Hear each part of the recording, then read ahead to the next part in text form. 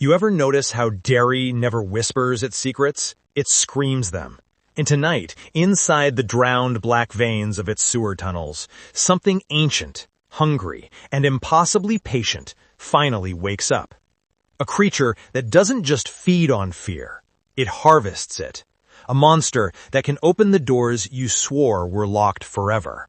And in episode 5, we finally see what happens when the wrong door, no, the wrong box, opens. Imagine this, a single moment of weakness, a single breath where you blink, lose focus, and the darkness you buried inside your mind snaps its chains. What if the thing you've spent your entire life hiding suddenly begins to hide you instead? Because tonight, something breaks inside Dick Halloran. Something that connects Welcome to Derry to Dr. Sleep in a way nobody expected. A connection so deep, so supernatural, so terrifyingly precise that it changes the rules of the entire Stephen King universe. And Derry? Derry just smiles. So let me ask you 2 questions before we sink into the tunnels. What happens when a man with The Shining is forced to open the one mental box he swore he'd never touch?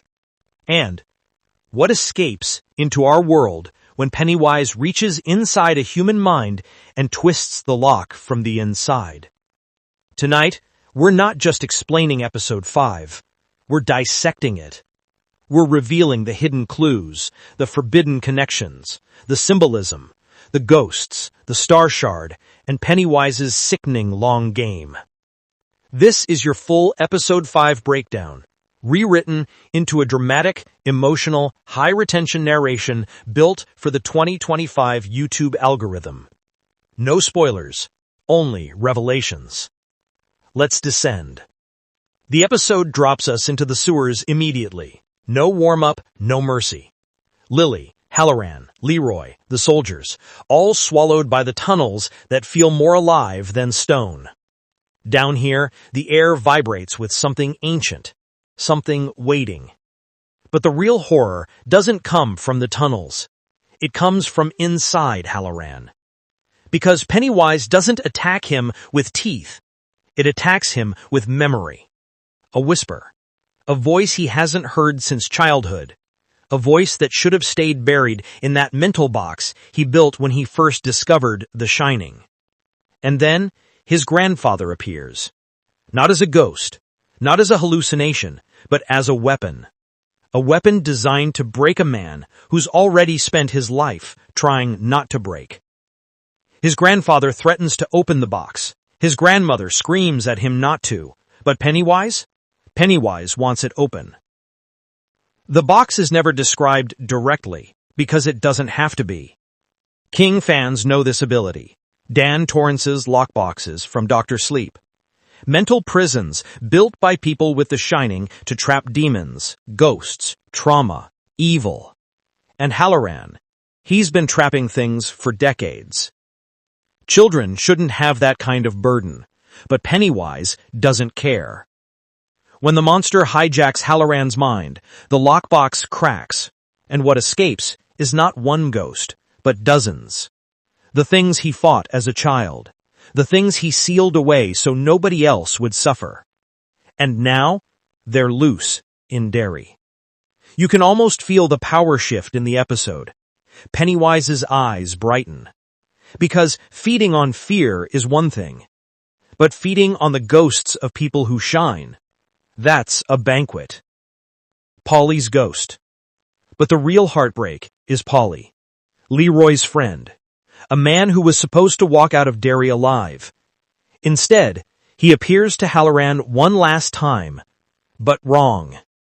His pupils are white, faded, empty, as if someone tore his soul halfway between here and the place it belongs.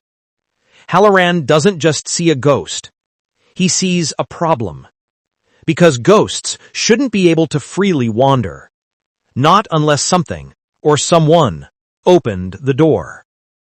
His expression says everything. The lockbox wasn't just a metaphor. It was a firewall, a seal, a gate.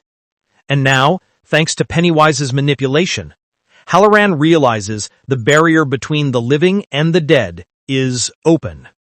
Wide open. Every spirit he ever trapped, every force Pennywise couldn't reach before, is now loose. Some wandering, some hunting, some waiting.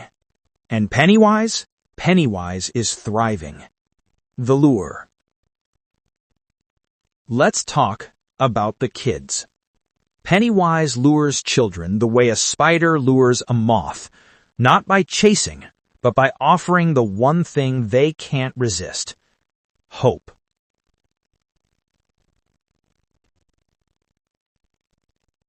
Maddie appears again. Not alive, not real, just another projection from Pennywise. A baited hook, wrapped in nostalgia and desperation. Lily sees him, hears him, believes him. Because why wouldn't she? Kids don't understand cosmic shapeshifters. Kids understand friendship. They understand wanting to save someone. Pennywise uses Maddie to pull them into the tunnels deeper and deeper. And when they finally reach the chamber, Maddie's smile twists. His spine cracks. His limbs distort, and Pennywise peels out of him like a nightmare crawling from its shell. Bodies of children lie around the chamber.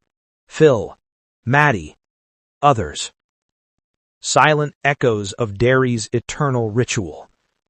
But this time, not all of them die.